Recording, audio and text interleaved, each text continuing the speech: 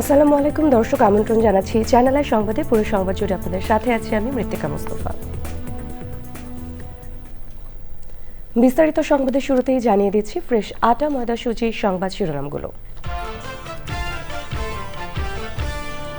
মতপার্থক্য থাকলেও বিভেদ তৈরি না করতে তারেক রহমানের আহ্বান। গণমাধ্যমের সঙ্গে মতবিনিময়ে কৃষিতে শাইখ সিরাজের ভূমিকার কথা উল্লেখ। এখানে শাইখ সিরাজ বসে আছেন, তার একটি বিখ্যাত প্রোগ্রাম আছে কৃষি সংগ্রাম। আমাদের দেশে কৃষকদের অবস্থা সেই বিষয়টি বোধহয় আমাদেরকে বিবেচনা করা উচিত। সরকার বিরোধী বিক্ষোভ দমনে ইরানি বিপ্লবী গার্ডের রেড লাইন ঘোষণা। নিরস্ত্র বিক্ষোভকারীদের উপর বল প্রয়োগ হলে ইরানে আক্রমণে ট্রাম্পের হুঁশিয়ারি। এবং রাজধানীতে চলছে 24তম ঢাকা আন্তর্জাতিক চলচ্চিত্র উৎসব। 9 দিনের আয়োজনে মিডিয়া পার্টনার চ্যানেল আই।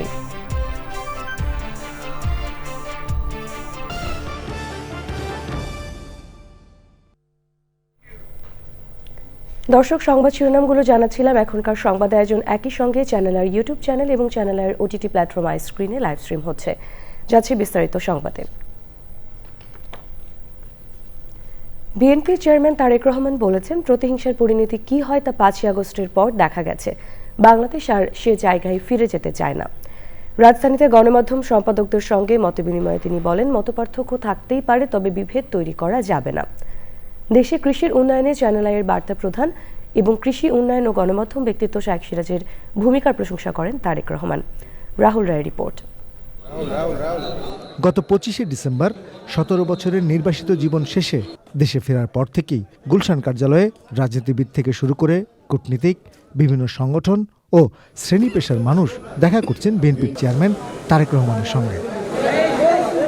রাজধানীর শেরাটন হোটেলে এবার বিভিন্ন গণমাধ্যমের সম্পাদক ও জ্যেষ্ঠ সাংবাদিকদের সঙ্গে মতবিনিময় করেছেন তিনি। গণমাধ্যম ব্যক্তিত্বরা মতামত তুলে ধরার পর কিছু প্রশ্নেরও উত্তর দেন তারেক রহমান। আমার যারা থাকবেন সাথে তাদেরকে আমি বিষয়টি বলবো।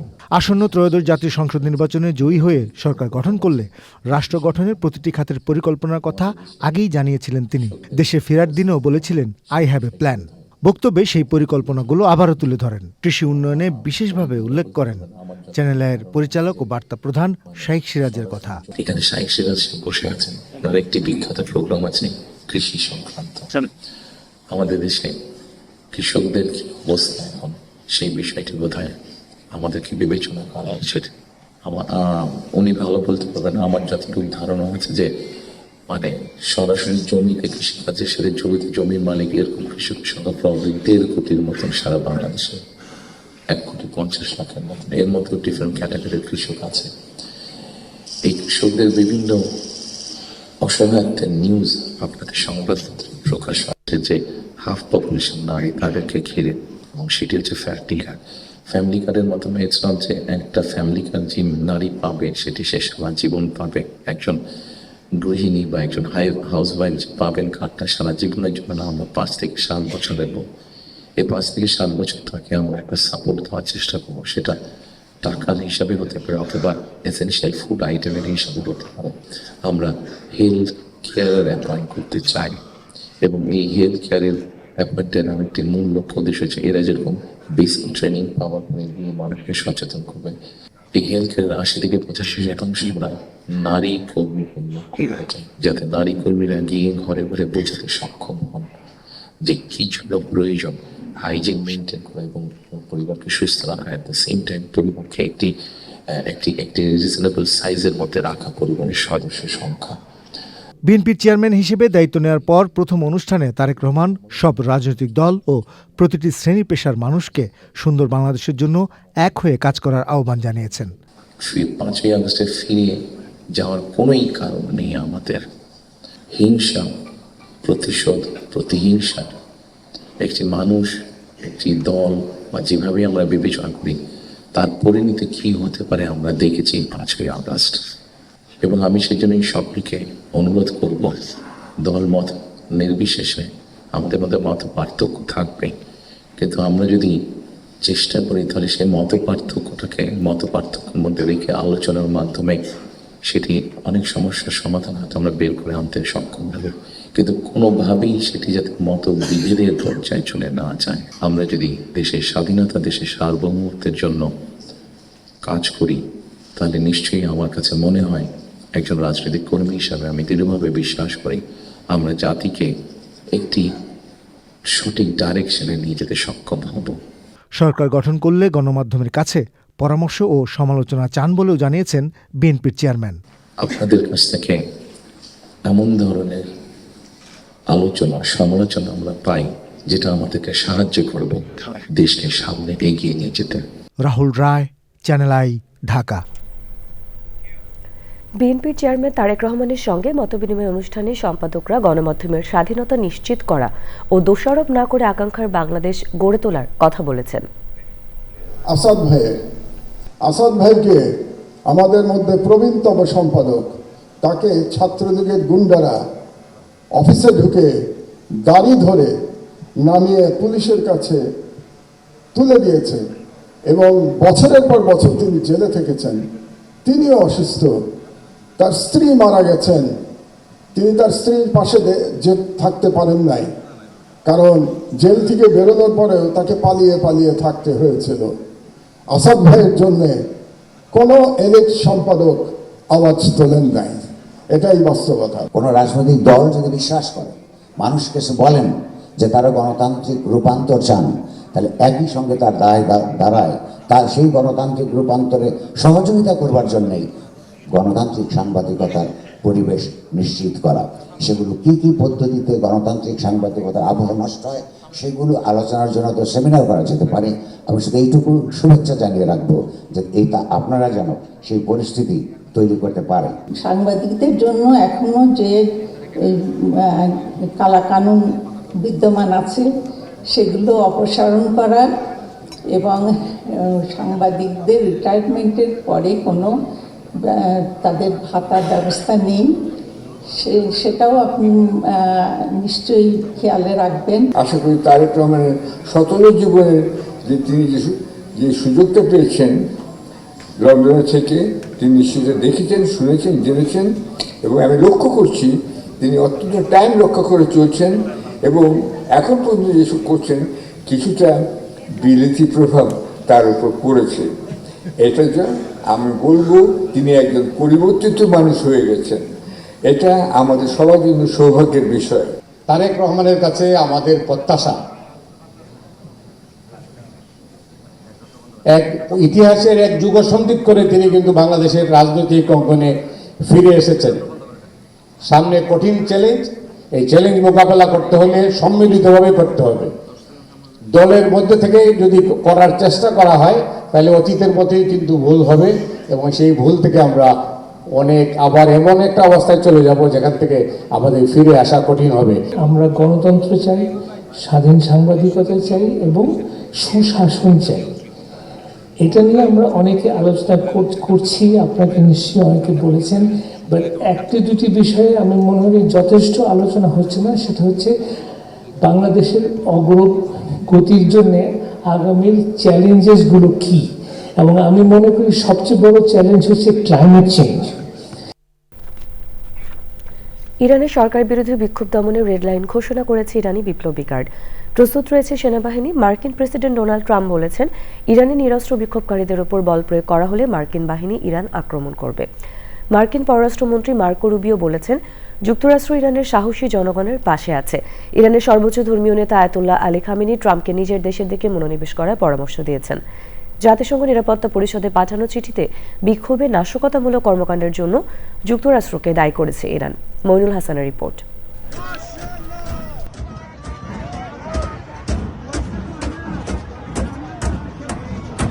ইরানের 2 সপ্তাহ ধরে চলা সরকার বিরোধী বিক্ষোভে কমপক্ষে 72 জন নিহত এবং 2300 জনের বেশি মানুষকে গ্রেপ্তার করা হয়েছে।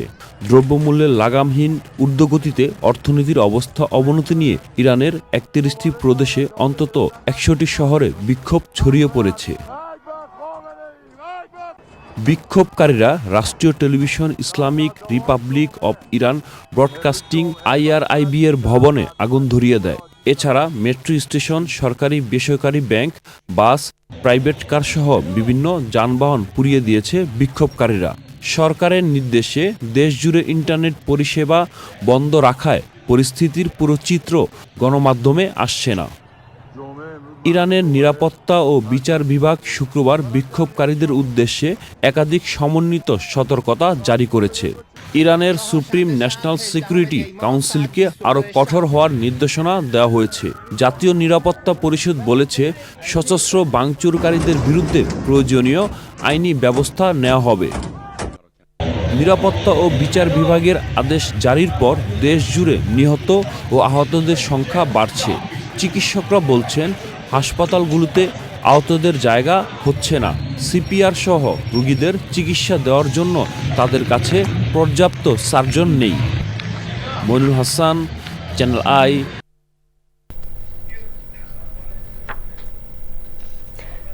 রাজধানীতে চলছে ২৪তম ঢাকা আন্তর্জাতিক চলচ্চিত্র উৎসব। শনিবার জাতীয় জাদুঘরে উৎসব উদ্বোধন করেন তথ্য ও সম্প্রচার উপদেষ্টা সৈয়দা রিজওয়ানা হাসান। ৯ দিনের উৎসবে প্রদর্শিত হচ্ছে ৯১টি দেশের ২৪৫টি সিনেমা। উৎসবের media partner Channel i. Sultana হিমোর report.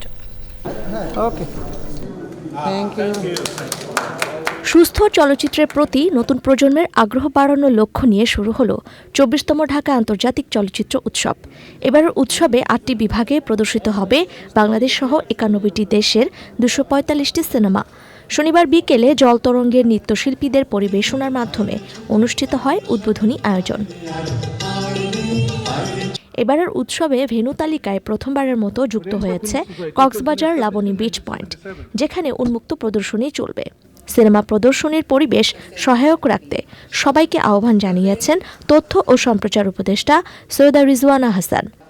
Showing a movie on the Cox's Bazar beach site is surely exciting, but at the same time I would like to give a note of caution that please do not use excessive light there. It's a fragile beach. এই উৎসবের মধ্য দিয়ে বিভিন্ন দেশের সাথে সাংস্কৃতিক সম্পর্ক আরো জোরদার হবে বললেন আয়োজকরা। Bangladeshi cinema has a powerful presence, rich storytelling tradition and exciting contemporary voice. For many years, the Dhaka International Film Festival has built a bridge. On this bridge, precious stories from different cultures can meet and talk. Modern sound equipment ইত্যাদি থাকবে। এটা actually তথ্য মন্ত্রণালয়ের অধীনে film. Cultural ministry বা information ministry যেই করুক না কেন, আমাদের একটা পার্মানেন্ট ভেন্যু দরকার। উদ্বোধনী আয়োজন শেষে চীনা চলচ্চিত্র উ জিন জিলু প্রদর্শিত হয়। উৎসবটির media partner Channel i. Sultana Himu, Channel i, Dhaka. সমাজে পিছিয়ে পড়া নারী দক্ষতা উন্নয়নে মানিকগঞ্জে সিংগাইরে রন্ধন প্রতিযোগিতা প্রশিক্ষণ দিয়েছে কুকিং অ্যাসোসিয়েশন। রান্না শেখার পাশাপাশি প্রতিযোগিতায় অংশগ্রহণকারীদের দেওয়া হয় অর্থ সহায়তা। জেকে বর্ষা শীতে বিপর্যস্ত সুবিধা বঞ্চিত মানুষকে স্বস্তি দিতে বিনামূল্যে কম্বল বিতরণ করেছে কুকিং অ্যাসোসিয়েশন। দক্ষতা প্রণোদনা ও সামাজিক সহায়তার এমন উদ্যোগ নতুন করে স্বপ্ন দেখাচ্ছে বিন্নাডাঙ্গি গ্রামের নারীদের। আফরোজা হাসির রিপোর্ট। শীতের সকালে মানিকগঞ্জের গ্রামীণ জনপদের সূর্যোদয় যতটা স্নিগ্ধ, প্রত্যন্ত অঞ্চলের জীবন জীবিকা ততটাই দারিদ্রতা আর প্রতিকূলতার কষাঘাতে জর্জরিত। হাল আমলের সুযোগ সুবিধা বঞ্চিত কৃষিভিত্তিক এই জনপদের নারীরা উন্নয়নের মূলধারা থেকে অনেকটাই পিছিয়ে। নারীদের জীবনে টেকসই উন্নয়ন সহ শীতে উষ্ণতার বার্তা নিয়ে সিংগাইরের বিন্নাডাঙ্গি গ্রামে কুকিং অ্যাসোসিয়েশন। রান্না শিখে স্বাবলম্বী হওয়ার প্রত্যয়ে রান্না বিষয়ক প্রশিক্ষণ ও রন্ধন প্রতিযোগিতায় অংশ নেন নারীরা। অনেক আনন্দিত, অনেক কিছু শিখতে পারলাম। প্রতিযোগিতায় অংশগ্রহণ করছি এবং সেকেন্ড হয়েছি, এর জন্য আমার অনেক ভালো লাগতেছে। জয়ী হয়েছি আর ৫,০০০ টাকা পেয়েছি। এই ৫,০০০ টাকা দিয়ে কিছু করার ইচ্ছা আছে। নারীদের স্বনির্ভর করতে প্রশিক্ষণ সহায়তা জারি রাখবে কুকিং অ্যাসোসিয়েশন। রান্নার কম্পিটিশন হলো সিঙ্গারা বানানো। প্রথম পুরস্কার হিসাবে দিচ্ছি 5,000 টাকা কুকিং অ্যাসোসিয়েশনের পক্ষ থেকে, আর 3,000 টাকা দিচ্ছি যে থার্ড হয়েছে, সেকেন্ড যে হয়েছে তাকে আমরা 4,000 টাকা দেব। পিছিয়ে পড়া নারীদের ভাগ্য বদলে রাষ্ট্রীয় পদক্ষেপের পাশাপাশি কুকিং অ্যাসোসিয়েশনের কার্যক্রম অব্যাহত রাখার আহ্বান সুধীজনদের। আফরোজা হাসি, চ্যানেল আই, মানিকগঞ্জ। ফিরে এলাম বিরতির পর। ফিলিপিন্সের মধ্যাঞ্চলীয় শহর সেবুতে একটি ময়লার ভাগাড় ধসে 4 জন নিহত ও 30 জনের বেশি শ্রমিক নিখোঁজ রয়েছেন। শ্রমিকদের উদ্ধারে টানা অভিযান চালিয়ে যাচ্ছেন উদ্ধারকর্মীরা। বেসরকারি মালিকানাধীন বিনালিউ ময়লার ভাগাড় ধসের সময় সেখানে অন্তত 110 জন শ্রমিক কর্মরত ছিলেন বলে দাবি করেছে কর্তৃপক্ষ। এই দুর্ঘটনার দুদিন পর শনিবারেও ধ্বংসস্তূপের নিচে জীবিত থাকার আলামত পাওয়া গেছে। জীবিত উদ্ধারের আশায় 24 ঘন্টা কাজ চলছে। পরিবেশবিদদের মতে অপরিকল্পিত বর্জ্য ব্যবস্থাপনা এবং পাহাড় কেটে আবর্জনা স্তূপ করার ফলে এই দুর্ঘটনা ঘটেছে। এবারে নিটোল টাটা কৃষি সংবাদ।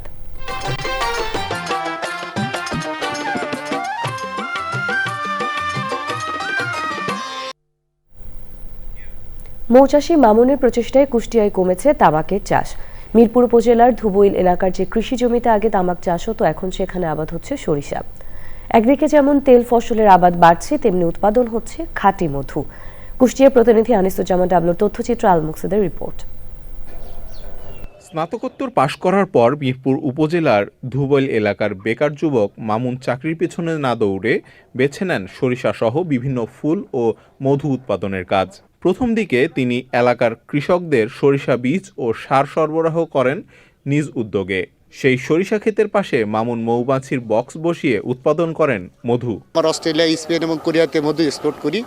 তো আমি অনেক বছর ধরে আমি আবেদন করছি, কিন্তু আমি রিফাইং মেশিনটা পাচ্ছি না। যদি আমাকে কৃষি সম্প্রসারণ অধিদপ্তর আমাকে একটা রিফাইং মেশিন দেয়, তাহলে আমার বিদেশে মধু পাঠানোর জন্য আমার খুবই সুবিধা হবে এবং এখানে অনেক বেকারের প্রায় 30 থেকে 35 জনের নতুন করে কর্মসংস্থান সৃষ্টি হবে। ক্ষেতের পাশে মৌমাছির বক্স থাকায় সুষম পরাগায়নের ফলে বেড়েছে কৃষকের সরিষার উৎপাদন। মৌমাছি হচ্ছে আপনার ফুলের করজ দেয়, করজ দেওয়ার পরে হচ্ছে ফলন, সরিষার দানাটা পুষ্ট হয়। মৌমাছি আসার পরে আমাদের জমিতে 5 মণ 6 মণ করে সরিষা আমরা বৃদ্ধি পাচ্ছে। আগে মানুষ প্রয়োজনে বাজার থেকে মধু কেনাকাটা করলেও বর্তমানে মামুনের সরিষার ফুলের মধুর প্রতি ঝুঁকছেন তারা। মামুনের মধু আমরা ক্ষেত থেকে আসল মধু দেখে নিতে পারি। উদ্যোক্তা মামুনকে সম্ভাব্য সব ধরনের সহযোগিতার আশ্বাস দিয়েছেন কৃষি বিভাগের কর্মকর্তারা। সরিষা আপনারা জানেন যে কৃষকরা লাভবান হচ্ছে, পাশাপাশি এখানে যারা মৌ চাষ করে এটা কিন্তু বাড়তি একটা ইনকাম, এবং মৌ বিশেষ করে আমরা যদি বাইরে এটাকে যদি এক্সপোর্ট করতে পারি তাহলে কিন্তু আমরা বিশাল একটা বৈদেশিক মুদ্রা উপার্জনের একটা এখানে তৈরি হবে। চলতি সরিষা মৌসুমে অন্তত 20 টন মধু উৎপাদনের আশা করছেন এই সফল উদ্যোক্তা। আল মুকসিদ, চ্যানেল আই। এখন দেখবেন প্রকৃতি সংবাদ।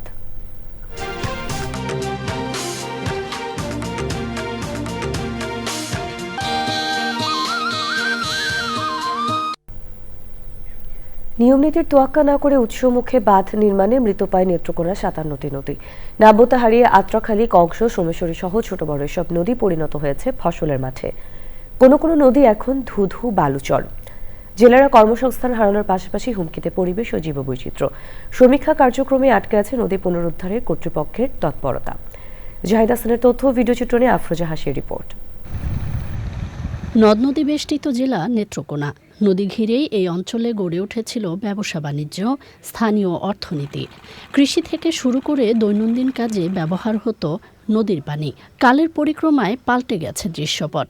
অনিয়ম আর খননের অভাবে হারিয়ে যাচ্ছে নদ নদী।